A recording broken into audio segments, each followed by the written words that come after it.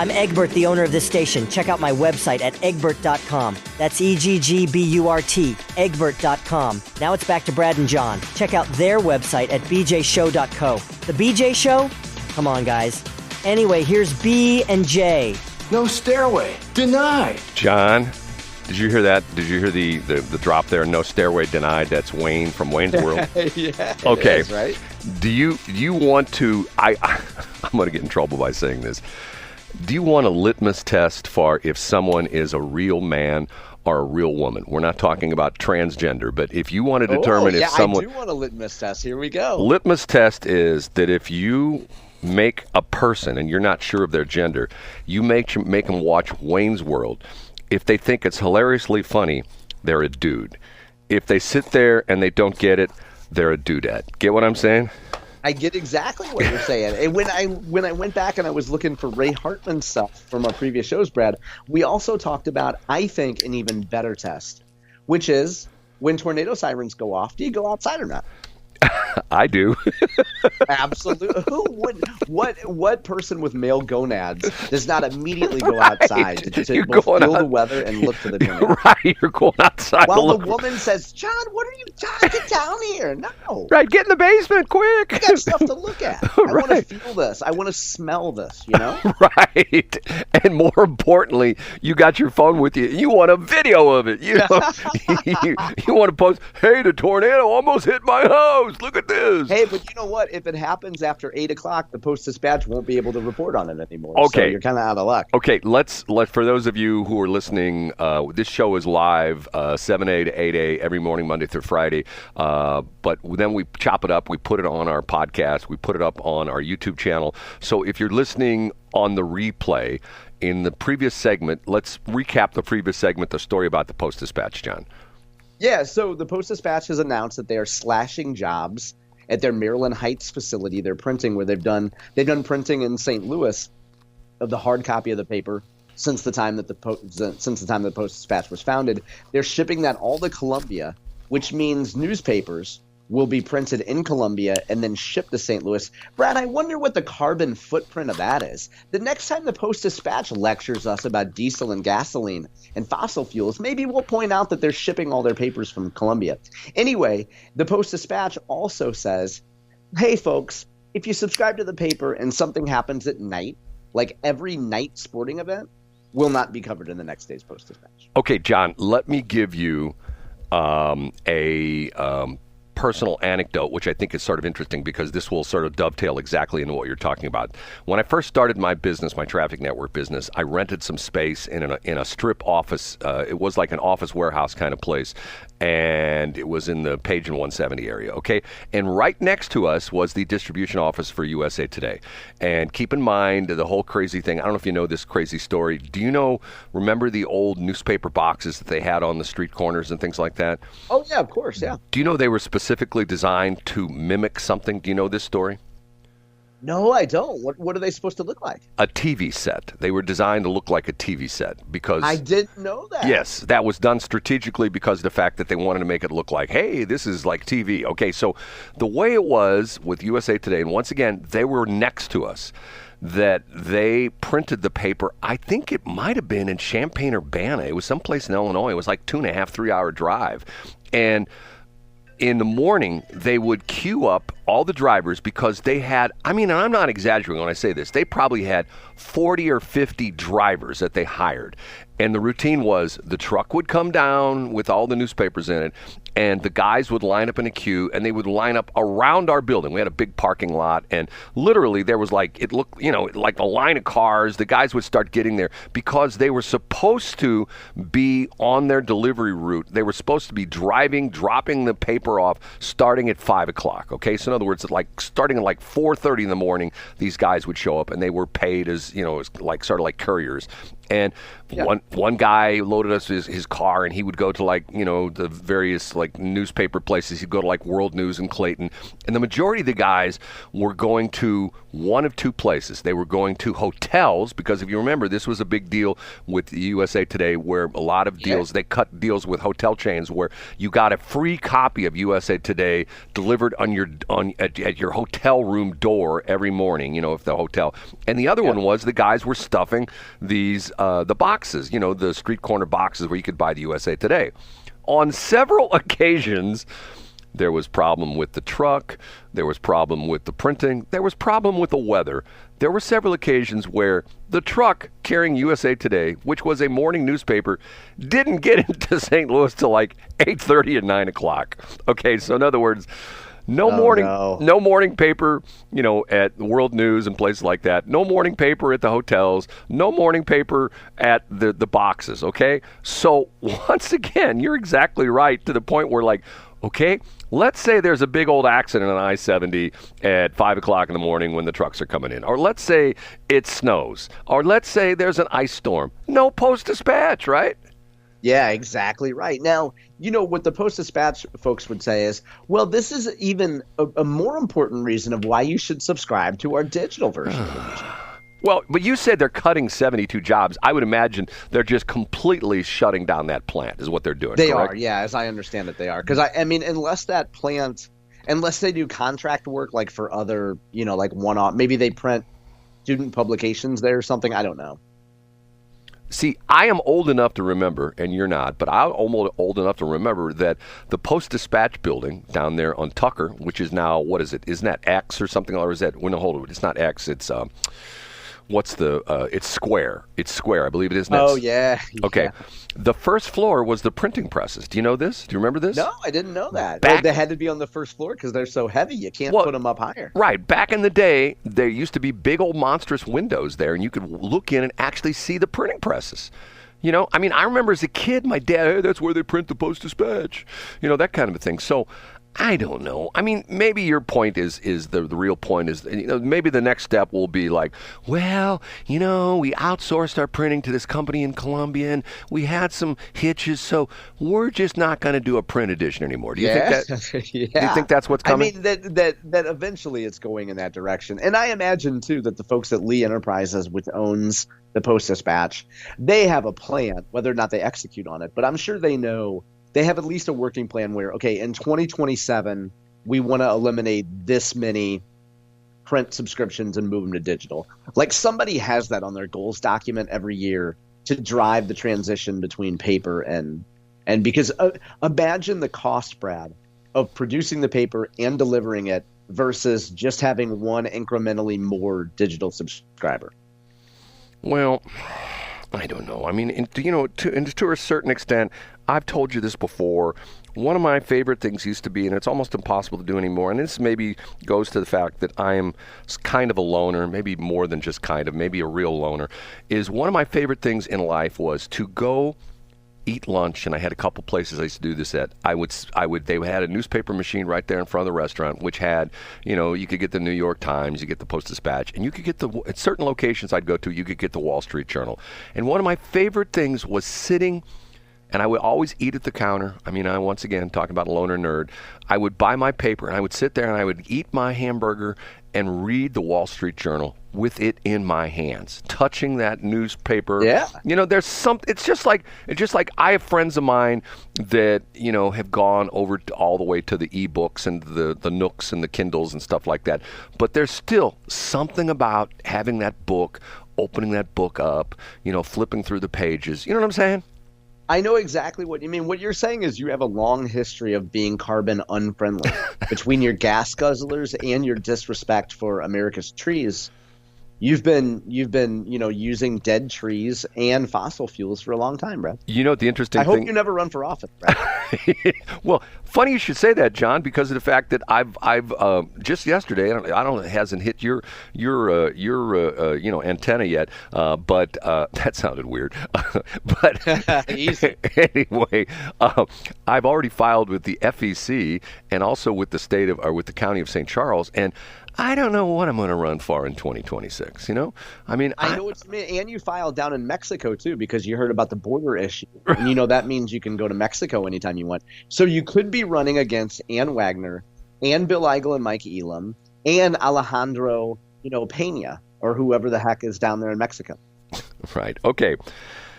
I have a story that I found yesterday, and I'm going to go on record by saying I have a problem. I have a problem with this story. And here's the reason why I have a problem with this story. This story is about, this guy's name is, he referred to himself as Qwo-Li, Qwo-Li, or Lie, Qwo-Li, okay?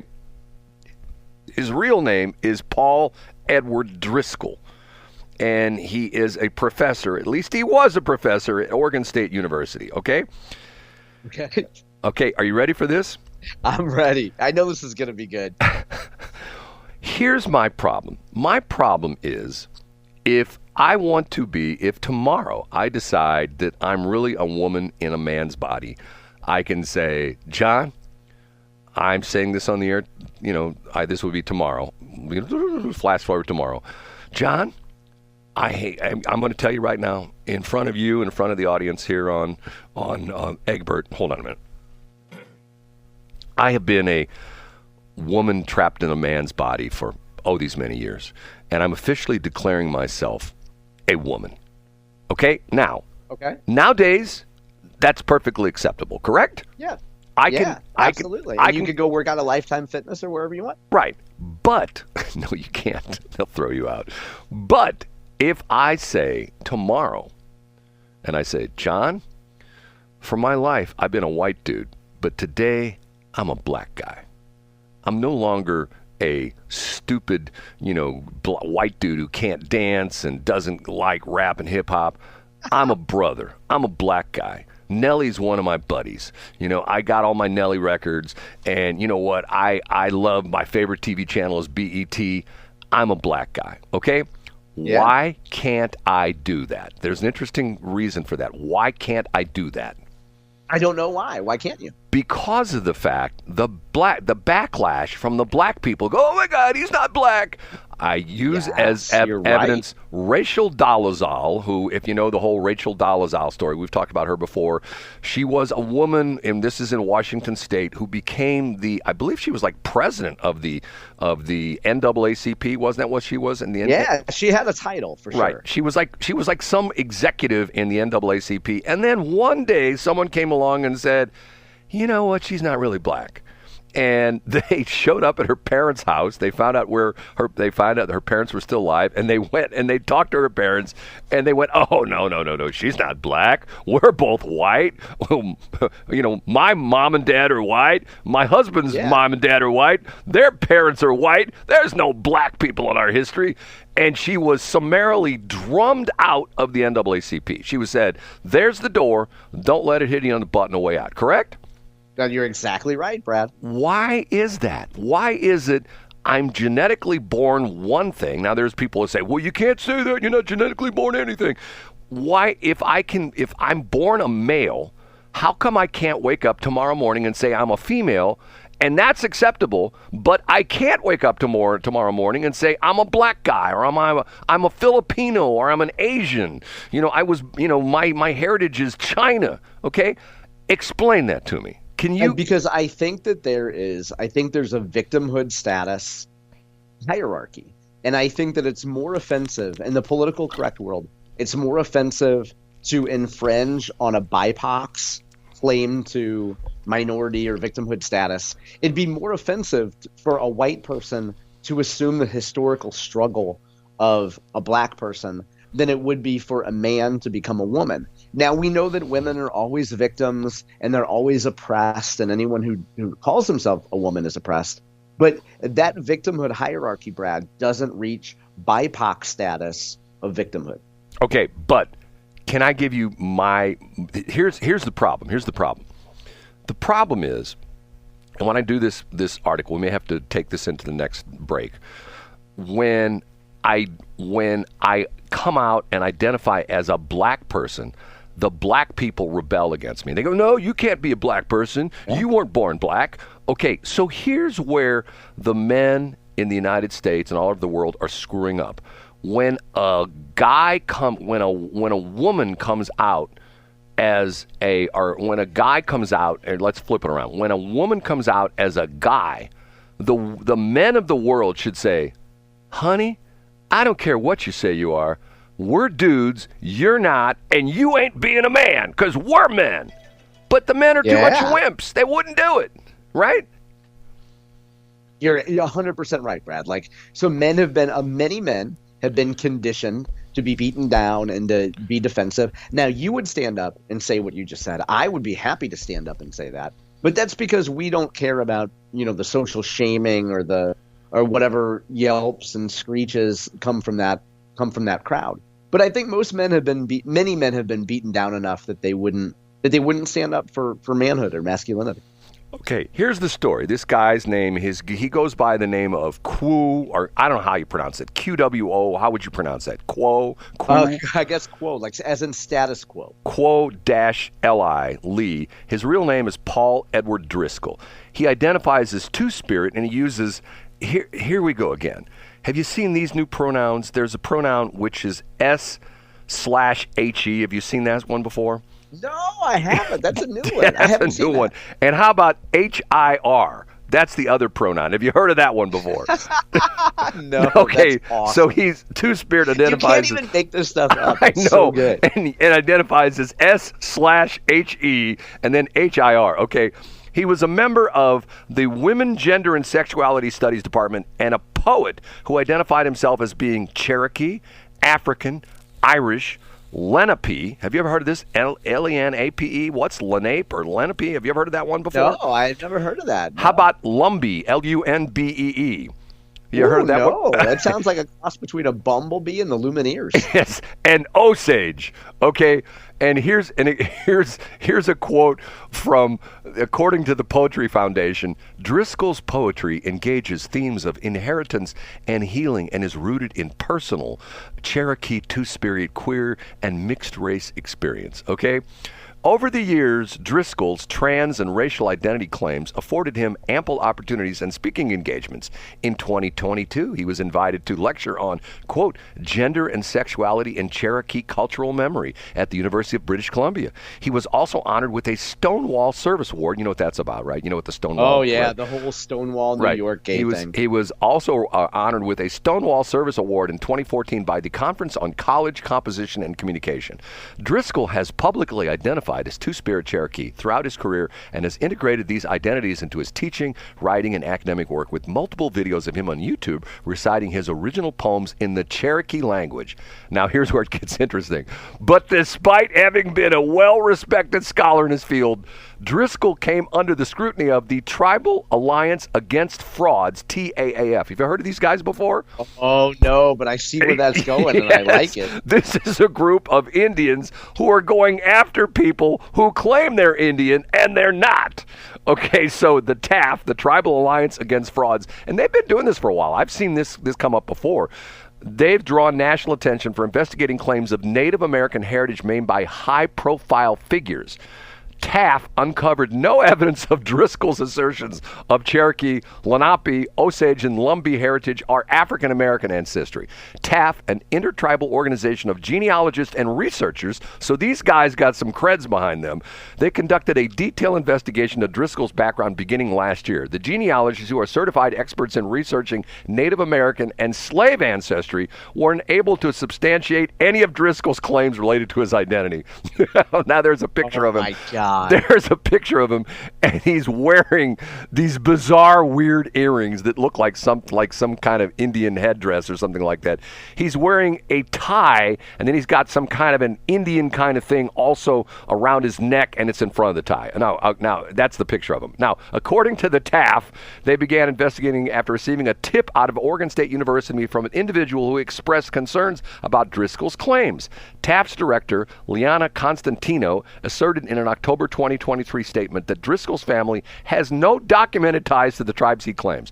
She also emphasized that Driskill's claims of indigenous identity were unfounded and accused him of profiling a false identity. Whoa! Yeah. Hey, so he's like the Elizabeth Warren of Oregon.